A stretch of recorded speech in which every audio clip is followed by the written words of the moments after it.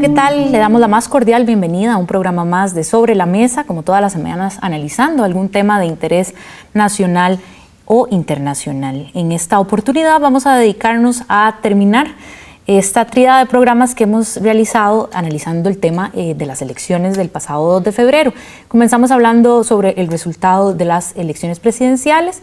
La semana pasada lo dedicamos a las elecciones legislativas y hoy vamos a analizar el tercer elemento, que es el votante de esta elección, que nos parece importante también hacerle una radiografía al votante costarricense de los pasados comicios electorales.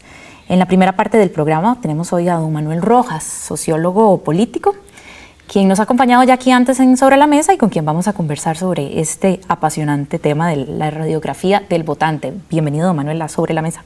Muchas gracias por la invitación. Bien, don Manuel, cuando hablamos de esta radiografía del votante, es difícil no pensar en el tema de las encuestas, que fueron uno de los protagonistas de la campaña, sin duda, sobre todo por la diferencia que hubo con respecto al resultado de la elección y lo que las encuestas mostraban. Quisiera que usted me empezara a hacer como ese análisis sobre las diferencias tan marcadas que hubo entre las encuestas, quizás como nunca antes había sucedido, y el resultado final de las elecciones, y un poco que conversemos por qué pudo haber sucedido esa situación. Sí, las encuestas sin duda fueron un actor importante en este proceso electoral, lo mismo que también los debates, porque eso me parece que también movió y está muy relacionado una cosa con la otra. Bueno, las encuestas me parece que jugaron un papel en algunas personas, en algún grupo de votantes, y aquí tenemos que hablar necesariamente a nivel de hipótesis, porque datos duros no tenemos. El tribunal, por supuesto, no ha dado estos datos, durará mucho tiempo para ver quiénes votaron, cómo votaron. Tenemos que esperarnos algunas encuestas. Yo sé que el CIEP está haciendo una encuesta, pero durará todavía un tiempo para dar sus resultados. A mí me parece que como en algún momento, en algún tramo de la campaña se polarizó o se intentó polarizarlo entre derecha, centro e izquierda, localizado en las figuras de Otto Guevara, de Johnny Araya y de José María Villalta, el hecho de que las encuestas empezaran a dar, sobre todo la primera que me parece que muestra eso, es la de Unimer del 1 de diciembre, publicada el 1 de diciembre del año pasado, que muestra a José María Villalta muy arriba, o por arriba de lo que realmente se pensaba que podía ser el techo de la izquierda, o de una izquierda como la que Villalta ha representado. Pues me parece que esos resultados de encuestas lo que hicieron fue mover a gente temerosa, y me parece que eso fue estimulado, ese temor fue estimulado, por supuesto, y tratar de dirigirlo hacia los dos polos en conflicto, que eran el polo de derecha y el polo de centro. Parece ser que la jugada salió mal por los resultados obtenidos, pero me parece que sí jugaron un papel las encuestas en este caso. Las diferencias en resultados con encuestas que se realizaron en el mismo periodo es un asunto complicado que, bueno, las casas encuestadoras no acostumbran a veces a dar muchas explicaciones, pero sí está ahí, y me parece que para próximos procesos electorales el público va a ser mucho más exigente con las casas encuestadoras, incluyendo por supuesto los institutos universitarios que se dedican a esto, porque no quedó claro o no fue suficientemente explicada o no hubo ninguna explicación por qué una encuesta hecha más o menos en el mismo periodo y más o menos con en la misma población daba resultados tan diferentes como efectivamente ocurrió. Veo que el tribunal ha tomado una decisión de pedirles la ficha técnica para tener por lo menos mayor claridad. Esto fue también una recomendación que hizo la Comisión de Observadores de la OEA, pero me parece que para próximos procesos electorales debiera avanzarse más y seguir el ejemplo del CIEP, de la Universidad de Costa Rica, que deposita cuestionario y resultados. Bien, mencionaba usted que los debates eran otro actor importante, además de las encuestas. ¿Podríamos decir que es porque el votante tico ahora es más informado o mejor informado o no necesariamente? Bueno, hay un sector evidentemente que es más informado, es una población más educada, que vive más en el centro del país, que tiene acceso a mayor información, tanto a través de internet, de Facebook, redes sociales, etc. Me parece que jugó un papel importante los debates, que fueron muchos. Entonces, aunque no se vieran todos, se alcanzaron a ver muchos, y además los debates eran tema de conversación en la familia y también en centros de trabajo, grupos de amigos y demás. Entonces me parece que sí jugaron un papel y en buena hora, porque me parece que es una de las novedades que debe estimularse para próximos procesos electorales, más confrontación, digamos, entre los candidatos. Todavía había algunos debates llamados como tales, pero que realmente no cumplían con lo que uno considera que debe ser un debate, pero sí arrojaron información útil que me parece que ayudó a la gente a tomar decisiones. Interesante un estudio que hizo Pablo Fonseca, Michael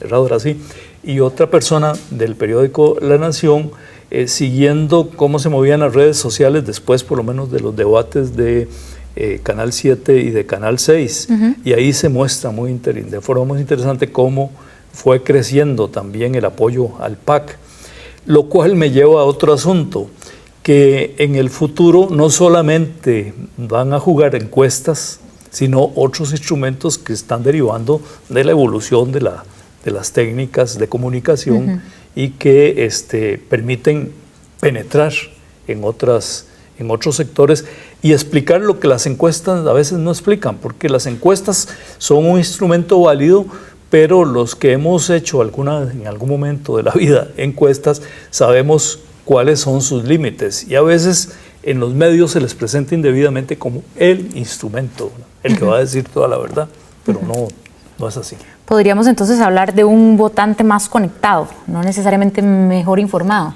Por lo menos un sector creo que los sectores más jóvenes, y eso nos llevaría a otra hipótesis que habría que probar también con estudios, nos podría llevar a decir que posiblemente en otros procesos electorales, y eso sí se ha visto, los votantes entre 18 y 35 años son renuentes a votar, pero puede ser que en este proceso, por estos elementos y características que estamos señalando, es un sector que se moviera en forma diferente a como lo hicieron otros grupos de similares edades en procesos anteriores. Eso habría que verlo más adelante quién votó. ¿Qué otras características sociodemográficas interesantes podría usted atisbar del votante? Bueno, hablábamos de la presencia de un sector joven, arriba del 40% de los posibles votantes eran personas menores de 35 años. Que lo habíamos hablado en un programa anterior. En algún programa lo hablamos, ¿verdad?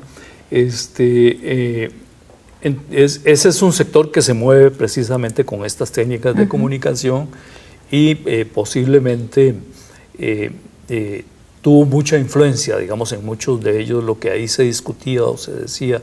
Porque en redes sociales hay mucha basura, pero hay información buena también, depende cómo se use, y bueno, yo creo que los que usan estos Estas redes son personas que saben seleccionar las fuentes de información. Por lo contrario, los mecanismos tradicionales de hacer política me parece que perdieron validez. La propaganda en medios fue intrascendente, para ponerlo de esa manera. Se gasta mucha plata y eso hay que revisarlo, ¿verdad? Fue intrascendente. Las plazas públicas prácticamente desaparecieron. Las concentraciones de fuerza que se hacían en el pasado, al final de la campaña, ya no se hicieron. Y entonces, como que estamos marchando a cambios acelerados que seguramente se van a consolidar en los procesos que vienen. Más adelante quisiera que conversemos sobre si usted considera que esta conectividad pudo haber también inferido más bien en el tema del votante, más bien el no votante de las costas, porque sabemos que los litorales tuvieron poca participación. Pero vamos a dejarlo entonces para el siguiente bloque. Estamos en Sobre la Mesa, vamos a hacer una pausa, ya volvemos.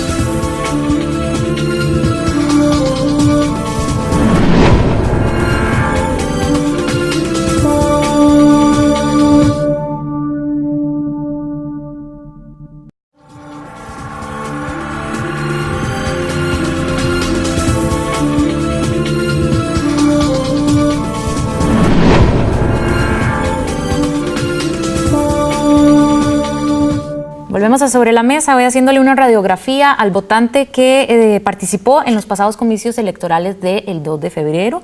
Don Manuel Rojas es quien nos acompaña hoy para hacer esta primera parte de la radiografía, que siempre se verá complementada con los aportes de los panelistas que tendremos en el siguiente segmento. Don Manuel, hablábamos sobre el ciudadano más informado o mejor informado, más conectado. Y también quería que lo asociáramos, si usted cree que es posible, con el tema geográfico. Las costas tuvieron menos participación política. ¿Podría estar esto vinculado con el tema de la conexión? Sí, parece ser un factor, entre otros, porque también, por ejemplo, en el caso de la provincia de Punta Arenas, que es tan larga, puede ser que algunos electores queden muy aislados de los centros de votación y les cueste mucho llegar por sus propios esfuerzos a votar. Pero sí hay un trabajo que hizo el semanario El Financiero que hace una correlación entre conectividad, o sea, acceso a Internet, y abstencionismo o propensión a votar. Y en los cantones donde hay más conectividad, menos abstencionismo. En los cantones con menor conectividad parece ser que el abstencionismo está jugando. Entonces es un elemento, digamos, entre otros. No se puede atribuir solamente a eso, pero sí está jugando. Ok. Tuvimos un 31.8% de abstencionismo. Las encuestas tanto de Unimer como del CIEP registraban el indeciso, el voto indeciso. ¿Qué está pasando con el votante costarricense en relación con pasados procesos electorales en torno a este tema del abstencionismo? O la indecisión, que no necesariamente son lo mismo, pero... Sí, bueno, las encuestas parece que son malos instrumentos para detectar eso, porque... Y también la evidencia impresionista. Creo que muchos pensábamos que efectivamente el abstencionismo iba a bajar, pero no, se mantuvo en ese horizonte que es arriba del 30%, y pareciera que va a seguir oscilando entre 30 y 35%. Es decir, las campanas al vuelo que lanzó prematuramente el Tribunal Supremo de Elecciones hace 4 años, diciendo que se había quebrado la tendencia porque bajó a 31, me parece, o 30, un poquito, pues pareciera ser que no se cumplió esa tendencia y que ese es el nuevo horizonte. Antes era 18, 19, 20%. Ahora parece ser que se va a manejar en eso. Por el otro lado está el tema de cuándo se decide la gente a votar, que parece ser que eso fue investigado por varias de las encuestas y en este proceso sobre todo parece que la última semana y los últimos días, incluso el mismo día de la votación, mucha gente se decidió a votar. Incluso creo que el tribunal tenía abiertas las oficinas y había gente retirando cédula ese día porque a última hora se decidió a votar. en una encuesta de Unimer, me parece que es la de enero, sí, la publicada el jueves 16 de enero, ahí se decía que 4 de cada 10 deciden el voto al filo de la campaña, es decir, cuando está terminando, ahí toman la decisión. Bueno, eso lo que muestra, y creo que en los procesos anteriores ya se venía viendo eso, sí un votante menos sujeto a los lazos tradicionales que tenía en el pasado, más libre de tomar la decisión. Ya no votan simplemente porque la familia siempre votó por ese partido, y seguramente muchas y muchos de nosotros podemos dar ejemplos de votantes en familias que quebraron votos, es decir, que ya no votaron como el resto de la familia, sino que decidieron votar de una manera diferente. Entonces, esto lo que está mostrando, sí, tal vez es un votante un poco más libre, más abierto, más dispuesto a oír y más dispuesto a evaluar lo que dicen los candidatos y los partidos. ¿A quién escucha el votante ahorita en Costa Rica? ¿A quién le pone atención? ¿A los medios de comunicación? ¿Hay algunos otros actores que estén jugando un papel importante en el tema electoral?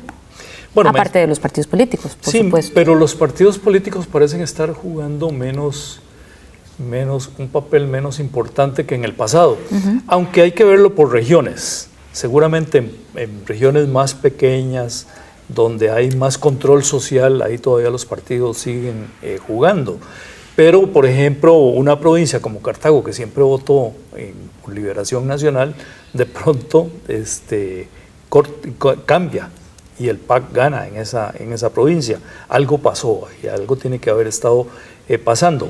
Bueno, dijimos que es un votante, estamos hablando como de un votante ideal, ¿verdad? Porque en la práctica no puede ser que no sea así, y como digo, solamente cuando tengamos más estudios de base podremos hablar con mayor seguridad de lo que ha sido. Pero sí pareciera ser eso, que es un votante más desligado, más abierto a nuevas propuestas, a oír cosas. Y una encuesta del CIEP, creo que realizada también el mes de enero, sí detectó que, por ejemplo, los debates estaban jugando un papel en la decisión de la gente. Entonces, creo que por ahí va la cosa. Son buenas noticias, yo creo que en general. Malas noticias para los políticos que no entienden que los tiempos han cambiado y que hay que actuar de manera diferente. Y bueno, yo creo que algunos se dieron cuenta de que la forma en que actuaron correspondía a campañas en el pasado y descuidaron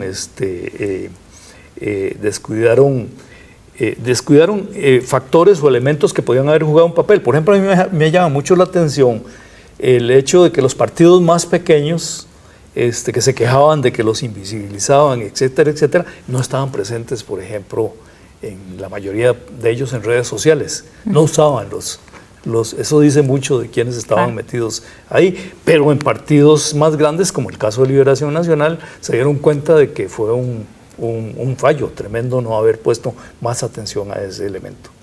O que tal vez sí, su manejo tal vez no fue el adecuado. El más adecuado. Finalmente, don Manuel, el votante actualmente en Costa Rica, ¿qué preocupaciones tiene? ¿Son sus preocupaciones, sus motivaciones para ir a votar un reflejo de las preocupaciones país, o más bien sus preocupaciones o sus motivaciones para votar están desconectadas de ese gran mapa, de esas necesidades que como país tenemos? ¿Es más individualista o cómo es el votante en esos términos? Bueno, es una sociedad más individualista y los sectores más jóvenes han crecido en ese tipo de ideología.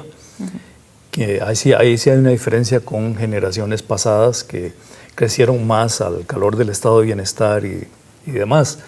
Sin embargo, sí creo que hay preocupaciones importantes, sobre todo para estos sectores jóvenes que estaban participando en la elección. Por ejemplo, el problema del empleo, que empieza a ser complicado, sobre todo cuando se va aumentando de edad, el problema del costo de la vida, el problema de la seguridad ciudadana, etcétera.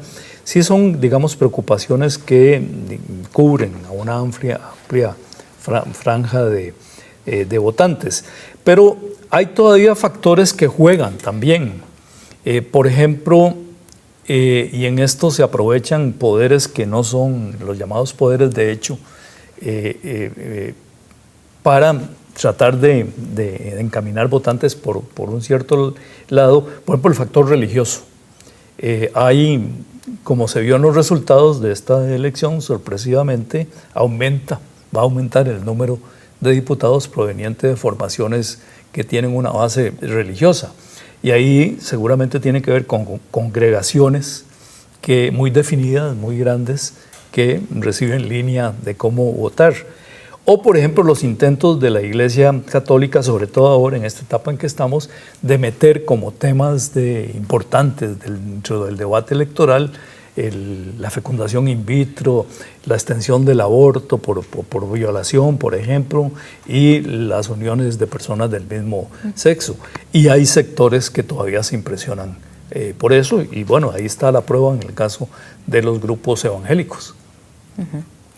Pareciera que en algunas cosas evolucionamos y en otras no tanto. Bueno, siempre los cambios sufren, a veces cuando se está saltando siempre hay fuerzas que intentan acogotar a esos cambios y hacerlos bajar, pero los cambios van, independientemente de las oposiciones. Sí. Bien, don Manuel, le agradecemos como siempre mucho haber estado aquí con nosotros en esta primera parte del programa. Más adelante usted va a volver a estar con la audiencia para la réplica de costumbre aquí en Sobre la Mesa. Vamos a hacer una pausa en este momento y regresamos para el siguiente panel de analistas que con Luis Emilio Jiménez estarán conversando sobre la radiografía del votante 2014. Estamos en Sobre la Mesa. No se vaya, gracias.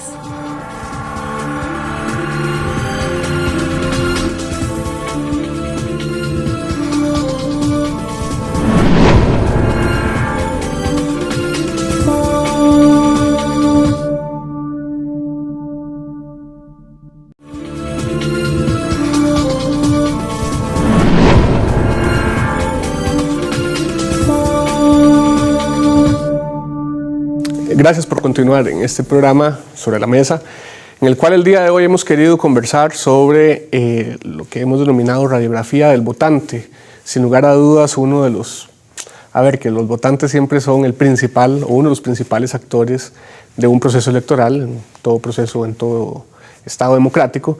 Sin embargo, bueno, para este proceso electoral reviste una gran particularidad porque yo creo, y bueno, un poco lo hemos visto en este programa, que se guardó su opinión. Hay un sector muy importante que se guardó su opinión, hay otros que desde inicios de la campaña dieron sus adhesiones, hay otros que a mediados de camino, por decirlo así, fueron cambiando, en fin. Podríamos decir que es una masa bastante compleja y precisamente por eso hemos querido de alguna manera aplicarle el día de hoy el bisturí a ver quiénes son, qué piensan, cuáles son sus creencias, si efectivamente la variable partidaria continúa siendo algo de interés en esta discusión. Para el análisis tenemos dos profesores. En primera instancia presento a mi izquierda a Gustavo Araya, quien es comunicador, politólogo también, y es profesor del posgrado en comunicación de la Universidad de Costa Rica, y a don Guillermo Acuña, quien es sociólogo, director del IDESPO, de la Universidad Nacional. A los dos les agradezco mucho por acompañarnos el día de hoy. Lo primero que les quería preguntar es eso. Bueno, ¿podemos hablar de un único votante o cómo se compone el votante en esta elección 2014? Podríamos empezar con Gustavo. Bueno, podríamos hablar de varios perfiles de votantes. Sin duda alguna no creo que nos estemos enfrentando a una única forma de un votante al que estábamos tal vez acostumbrados en los procesos electorales anteriores, en el que teníamos un votante mayoritariamente inclinado por un tema de voto por tradición, de voto, digamos, de tradición familiar, en donde si la familia estaba adscrita de alguna manera o afectada de alguna manera por procesos históricos como lo fue la Revolución del 48, la invasión del 55 y ahí en adelante, tuviera, digamos, ya una forma de suscribirse a la política de previo. Creo que para este proceso electoral, más que incluso que los anteriores, hemos visto sin duda alguna un votante muchísimo más heterogéneo, en el que incluso un sector importante ya se dio, digamos, una especie de espacio a sí mismo para valorar con mayor detenimiento, con mayor expectativa y con una mayor distancia, digamos, ver un poco cuál era el juego del proceso electoral, y por eso mismo creo que más temprano terminaron definiéndose los de voto más tradicional, y conforme nos acercamos a ese variopinto perfil de electores, nos encontramos al último de los eslabones, que es el elector indeciso. Sí. Guillermo, pero yo quería preguntarte, ¿no es un criterio que se pudo haber esbozado o planteado en la campaña anterior también? Yo mantengo, Luis Emilio y Gustavo, la tesis de que con esta elección cristaliza una serie de cambios que habíamos venido observando en elecciones anteriores, ¿no? Y que forman parte también de un cambio más general que ha venido ocurriendo en la sociedad costarricense, ¿verdad? En la forma en cómo hemos venido interactuando, inclusive en la forma en cómo hemos venido conviviendo, ¿verdad? Como sociedad. Ya ¿Cuál es el elemento coagulante o cristalizador que hace que este proceso sea distinto, por ejemplo, al pasado o al tras anterior? Yo creo que aquí en el imaginario, y esto, digamos, a manera de hipótesis, sí, y me gustaría ponerlo precisamente sobre la mesa, ¿verdad? En el imaginario del votante pesaba mucho una especie de, vamos a ver cómo lo digo en pocas palabras, pero pesaba mucho una especie de decisión última, por decirlo de alguna manera. Esta elección, ¿verdad? Era la más importante de todas las elecciones, ¿verdad? Lo que ocurriera con esta elección hacia el futuro, digamos, iba a determinar mucho el camino de la sociedad costarricense. Y hablo en términos hipotéticos porque todavía está la bola de alguna manera en el aire, ¿no? ¿Verdad? Y yo creo que esa última decisión, esa decisión que empujaba al votante a hacerse preguntas de muy diversa naturaleza, es lo que realmente hizo ¿verdad? A esta elección tan interesante con respecto a las elecciones anteriores. No, y es que lo preguntaba también, Gustavo, porque si echamos un poquito para atrás, la elección del 2006 estuvo permeada por la discusión del TLC también, que de alguna manera algún sector de la población pudo haber considerado que había una decisión última también ahí. Sí, sí. Después viene el referendo, que desde mi punto de vista fue como una elección de medio periodo, por decirlo así. Sí, fue una extensión. Sí, que fue una extensión, una prolongación y que incluso toca la del 2010, que también pudo haber sido interpretado como una decisión última. Y la misma del 2010 también, claro, como la concreción de un modelo y tal, ¿verdad? Y esos factores del contexto yo creo que permean también el tema electoral, porque acordémonos cómo se aglutinan, digamos, distintos sectores. Hablando propiamente del tema del TLC en el 2007, cómo el sí aglutinó sectores diversos, pero el no también, ¿verdad? Aglutinó sectores diversos. Y yo creo que eso permea también, digamos, la práctica política. Con la particularidad de que yo diría que evidentemente esto no es homogéneo para toda la población, ¿verdad? Podemos tener cierto tipo de la población o cierta parte de la población para la cual discusiones acerca de la herramienta del TLC era absolutamente, digamos, intrascendente en algunos casos o incluso incomprensible para otros, y tenemos una elección como la recién pasada, en la primera ronda, en donde yo creo que no solamente era si había una herramienta de operación de un modelo de desarrollo específico, como era un TLC. En esta elección se discutió el modelo de desarrollo, aunque fuera tangencialmente y aunque para mi criterio no hubo discusión ideológica, porque sabemos que la ideología es otra cosa distinta a lo que se discutió, pero por lo menos se discutió, digamos, en términos de izquierdas y derechas, y eso hizo que de alguna manera por lo menos se rasgara la superficie de la discusión que estaba de fondo, y es precisamente el agotamiento o no del modelo de desarrollo, y que planteó por lo menos ahí sí la polarización de la población en algún sector, que hizo que precisamente, digamos, se terminara de conjuntar o cristalizar esa discusión que venía derivada precisamente, yo creo, desde el 2006. Sí, bueno, sigamos con el tema de los votantes porque de pronto nos podemos desviar un poco. Yo quisiera preguntarles, ¿podríamos decir, estableciendo un símil votante-cliente, que el votante o el cliente de esta oportunidad es más exigente, Gustavo? Yo diría que sí, y de hecho, Luis Emilio, bueno, hay una hipótesis, como diría Guillermo hace un momento, que creo que ahorita estamos trabajando con muchas hipótesis, ¿verdad? Eso es un tema interesante porque todavía la bola efectivamente está en el aire. O sea, que no solo las encuestas tienen nebulosas. Así es. Las encuestas no van a medir más de lo que, vamos, son instrumentos también con sus limitaciones, y una de esas es precisamente la inmediatez. Y en esta mesa andamos un poquito a tientas también. Exactamente. Entonces, vamos a ver, retomando tu pregunta, yo diría que de igual manera o de manera similar, porque evidentemente no comulgo con ponerlo en uno a uno, la relación de marketing político y comunicación, por ejemplo, sí creo que, digamos, de igual manera o de manera similar, como se da la decisión a la hora de la compra, ¿verdad? Que teníamos, digamos, un votante o un comprador, un consumidor mucho más cercano al momento de la compra, tomando la decisión con el objeto enfrente o con lo que iba a adquirir enfrente. Paulatinamente hemos visto cómo esto se ha trasladado cada vez más, digamos, hacia otros espacios. Primero las vitrinas, luego a la publicidad y finalmente a los espacios, digamos, generados en Internet. El correo electrónico que recibo. Exactamente. En el caso del voto, yo diría que más bien ha venido un proceso más bien de acercamiento.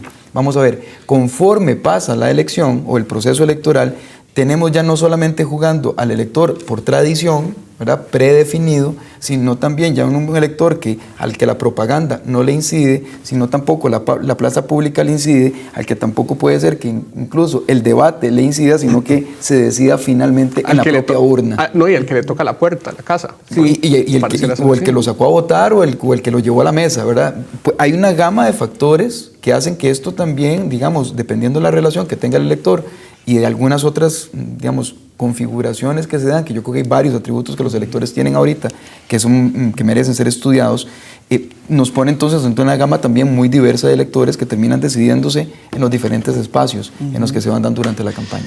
Yo diría, habría que preguntarse un poco, retomando tu razonamiento, Gustavo, habría que preguntarse qué llevaba debajo del brazo ese elector, ¿verdad?, de último momento, digamos, como vos lo estás definiendo, si llevaba el programa de gobierno del partido por el cual iba a votar, o si llevaba ciertas imágenes, o si prefirió en ese último momento hacer acopio de un conjunto, digamos, para seguir hablando en términos de símil de mercado, de un combo, ¿verdad? De un combo de factores, claro. De un combo de factores, ¿verdad? Sin duda alguna. Vamos a ver, digamos, lo del tema de los programas de gobierno se las trae, ¿verdad? Porque uno podría preguntarse si efectivamente son consultados, digamos, por la mayoría de los votantes, en términos de análisis serio y riguroso de un programa de gobierno. Que fue una de las, como uno de los planteamientos, a ver, que los procesos electorales, lo hemos conversado aquí en varias oportunidades, se apela mucho a la razón, se apela mucho a las propuestas. Sí. La pregunta del cómo parece estar presente en muchísimos espacios, pero a la misma vez se sabe que el acto de la decisión es un acto en primera instancia emocional y en segunda instancia pues ya entran a jugar ese tipo de variables. Podríamos pensar, o más bien, ustedes tienen clara cuál es la escala de valores, por decirlo así, o el proceso en este caso, que va permitiendo esa construcción en el día a día del voto. Yo creo que no. Y creo que más bien el resultado electoral, precisamente, de alguna manera, da grandes trazos, pero en los que hay que profundizar muchísimo más. ¿Lo tendrán claro los partidos?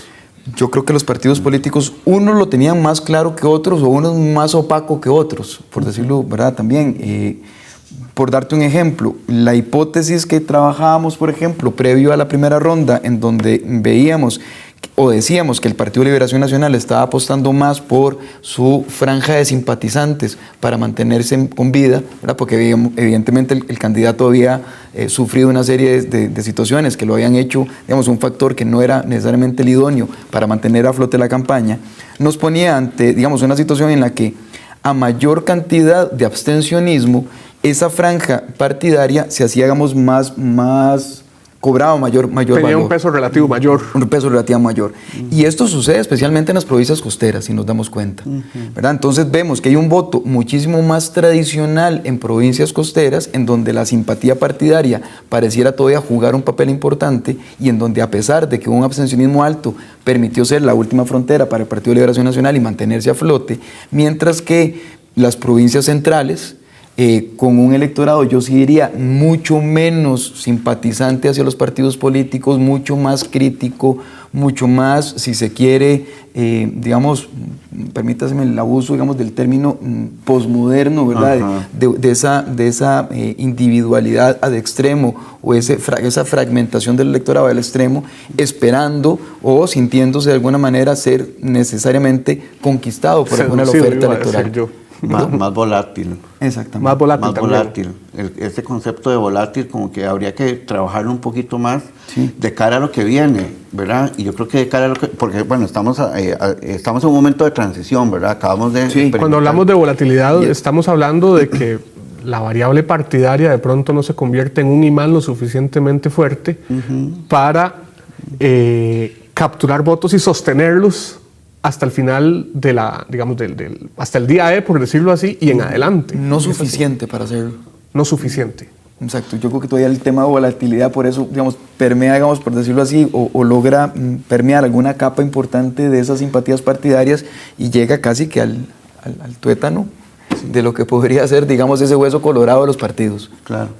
Hey, yo lo decía en términos no de lo que pasó, ¿verdad? Sino de lo que está por pasar. Y lo que está por pasar no solo tiene que ver con lo que va a ocurrir el 6 de abril, sino que acordémonos que a la vuelta de 2 años, en el 2016, vamos a estar con las elecciones así es, de medio periodo municipales. ¿no? Elecciones municipales. Y yo creo que ahí vamos a tener, digamos, todavía un escenario, creo yo, mucho más complejo que este, ¿verdad? Por todas las características que hemos apuntado, ¿verdad? Y siendo que el espacio local, ¿verdad? El privilegiado en las elecciones del 2016, a mí me parece que hay que ir señalando desde ya, digamos, estas preguntas, ¿verdad? Para las cuales en algunos casos no tenemos las respuestas adecuadas. Y vamos tomando nota de esas preguntas. Tenemos que ir a una pausa. Estamos en Sobre la Mesa, ya regresamos.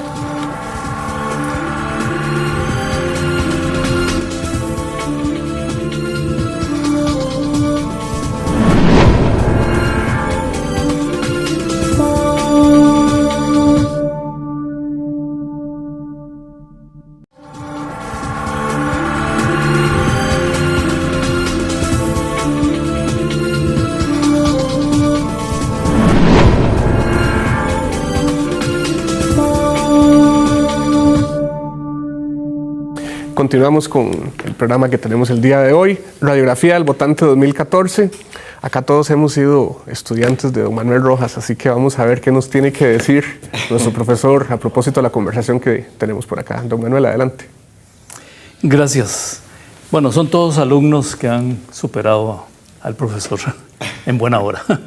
Bueno, yo insisto en que también hay que tomar en cuenta, en el caso de las zonas costeras, las dificultades para llegar a puestos de votación y también el hecho que me parece que es importante en términos de control social que se puede ejercer sobre votantes y grupos de votantes y donde puede operar más claramente tal vez el fenómeno del patronazgo y también del clientelismo, que creo que pueden jugar un papel.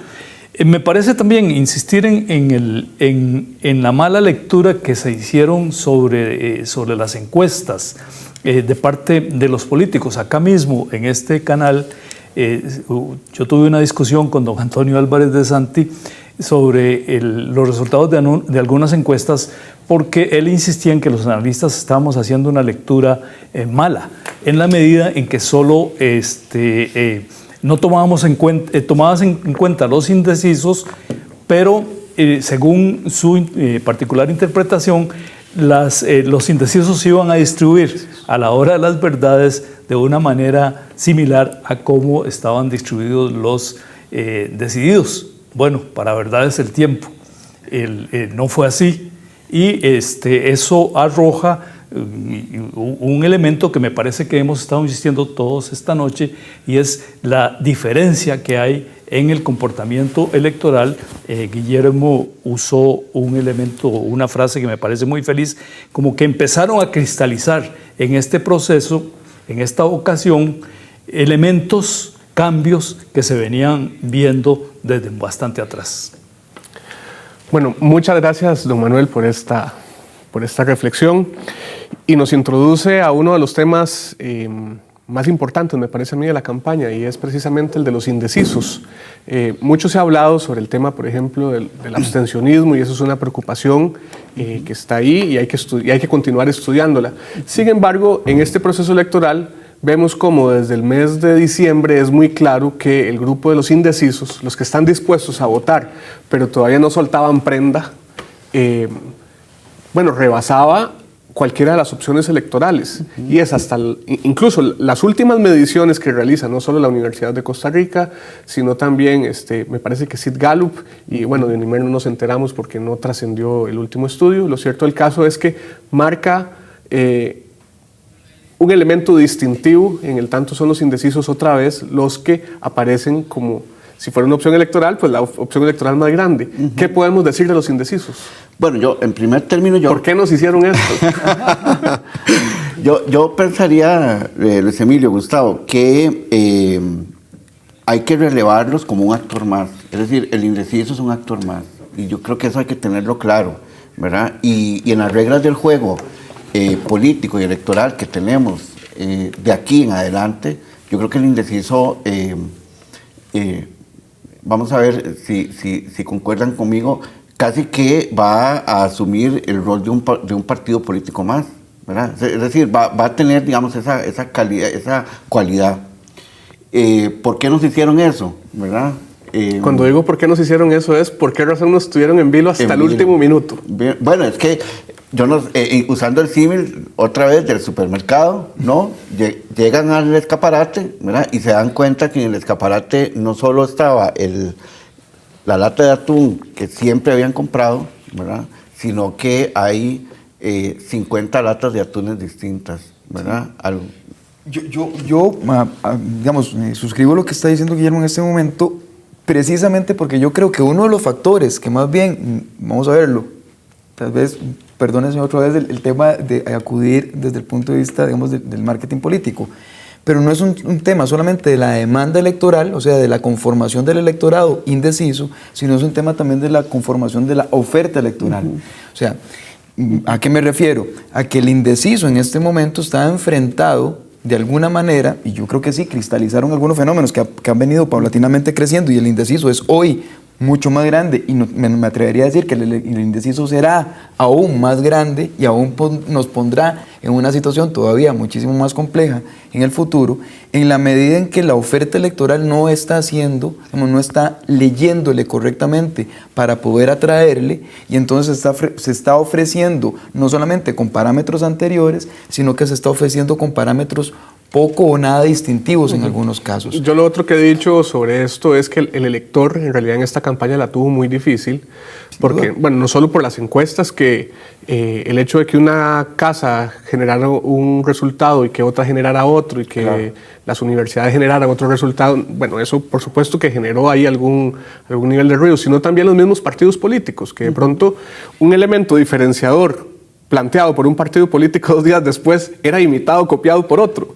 Y entonces de alguna manera el mimetismo permitió... Hubo un mimetismo que al electorado le resultó difícil ver, digamos, establecer un criterio para la decisión. Claro, y eso, digamos, los partidos, lo que decía un amigo como a suerte de broma, ¿verdad? Que si la papeleta se pusiera al inicio, comparada con la papeleta de final, al inicio teníamos una papeleta que podía ponerse horizontalmente, pero hacia el final teníamos una papeleta que debía haberse puesto verticalmente, porque todos acudieron al centro, no solamente en lo ideológico, sino también en lo religioso, sino también en muchos otros planteamientos, porque precisamente ponían al electorado a tratar de discernir en donde ni siquiera los propios candidatos habían hecho una oferta lo suficientemente, digamos, distintiva como para permitirle tomar esa decisión. Y yo creo que eso complejiza, digamos, el escenario electoral cuando tenemos, digamos, cuando le vamos a pedir precisamente, o sea, no es que nos lo hicieron, es que a la hora de ir a una encuesta, precisamente un encuestador, hacerle la entrevista a alguien y preguntarle por qué o por quién va a votar la persona, esa decisión es la última decisión que está tomando.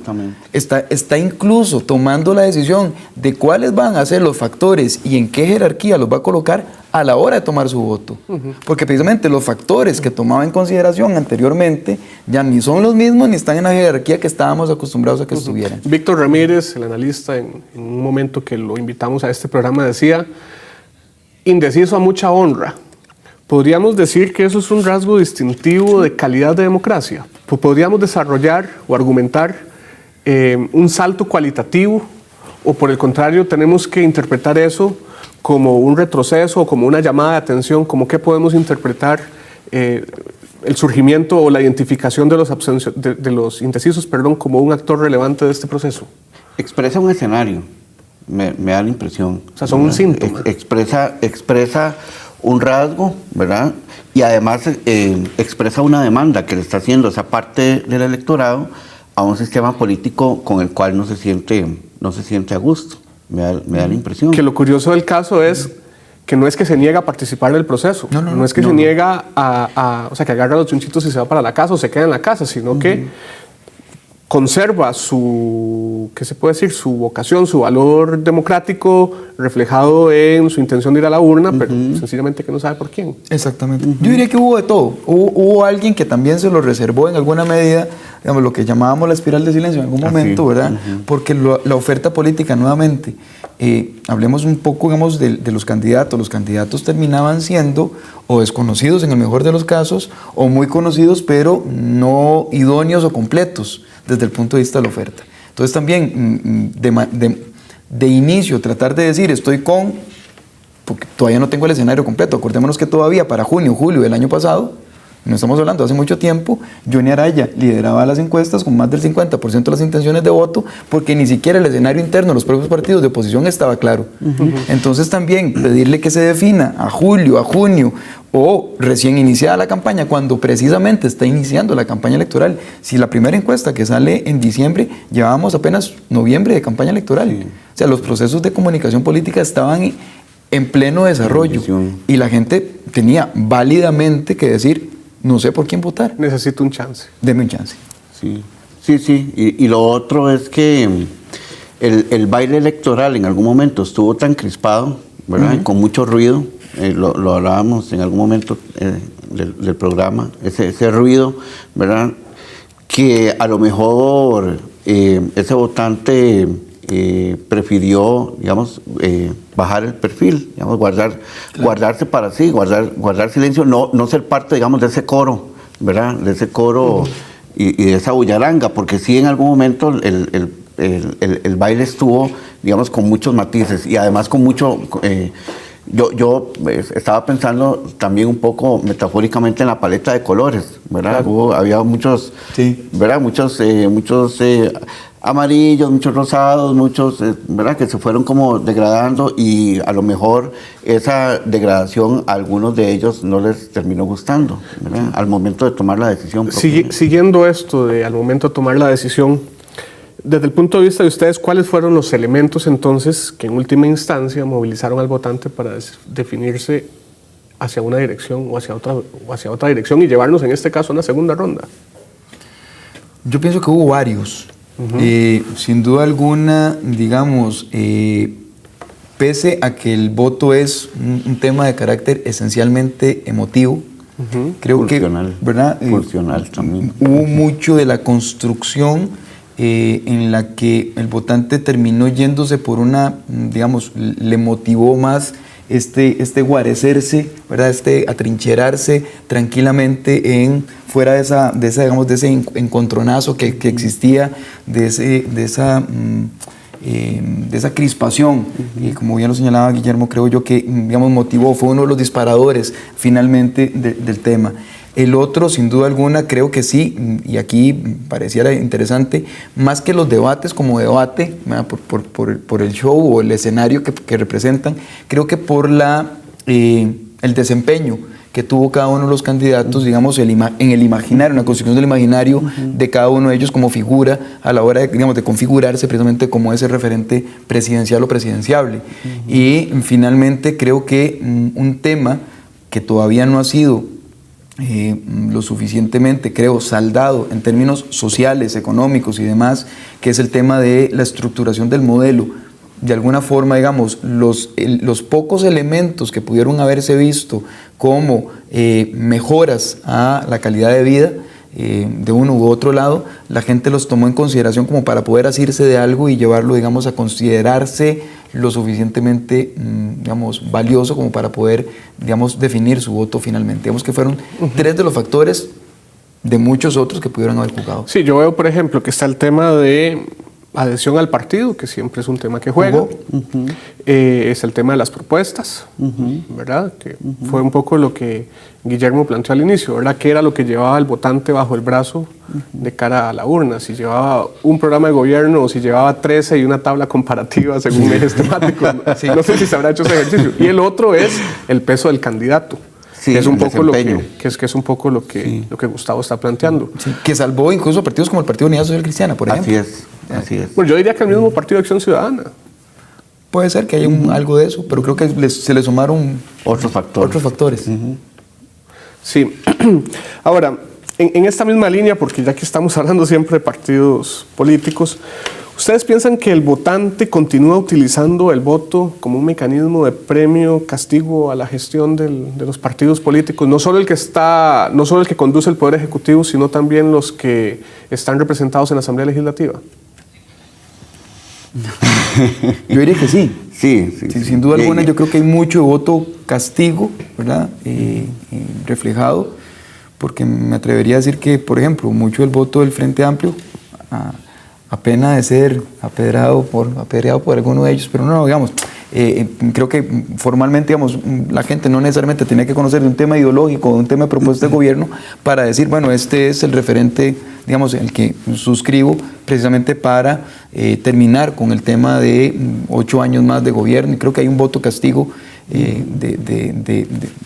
que se juntó con esta idea, creo que sí está, de alguna manera eso habría que estudiarlo más a fondo, pero de la alternabilidad en el poder, que también se suma mucho en la idea del imaginario electoral costarricense. Claro, es que en el discurso democrático se dice que las elecciones son el momento en el cual el ciudadano, el votante, le pasa la factura o le pasa el premio al desempeño de los distintos partidos políticos. Por eso yo les planteo la pregunta, si eso es una realidad en el caso costarricense y si fue una realidad en esta elección. Claro, recordémonos que veníamos de varios años y de varios periodos electorales donde la desafección por la política, en términos generales, no me estoy refiriendo a partidos políticos en concreto, pero la desafección por la política, digamos, era evidente, ¿verdad? La población venía manifestando esa desafección y un poco la demanda, ¿no? La demanda del sistema político que no le resuelve, digamos, en lo cotidiano, ¿verdad? Y yo creo que eso de alguna manera se vuelve a expresar en esta elección recién pasada. Sí. Y Luis Emilio, lo que estaba señalando, creo que sumado a lo que está diciendo Guillermo, vamos a ver cómo lo explico en sencillo, fue a mí para parafrasear a Guillermo.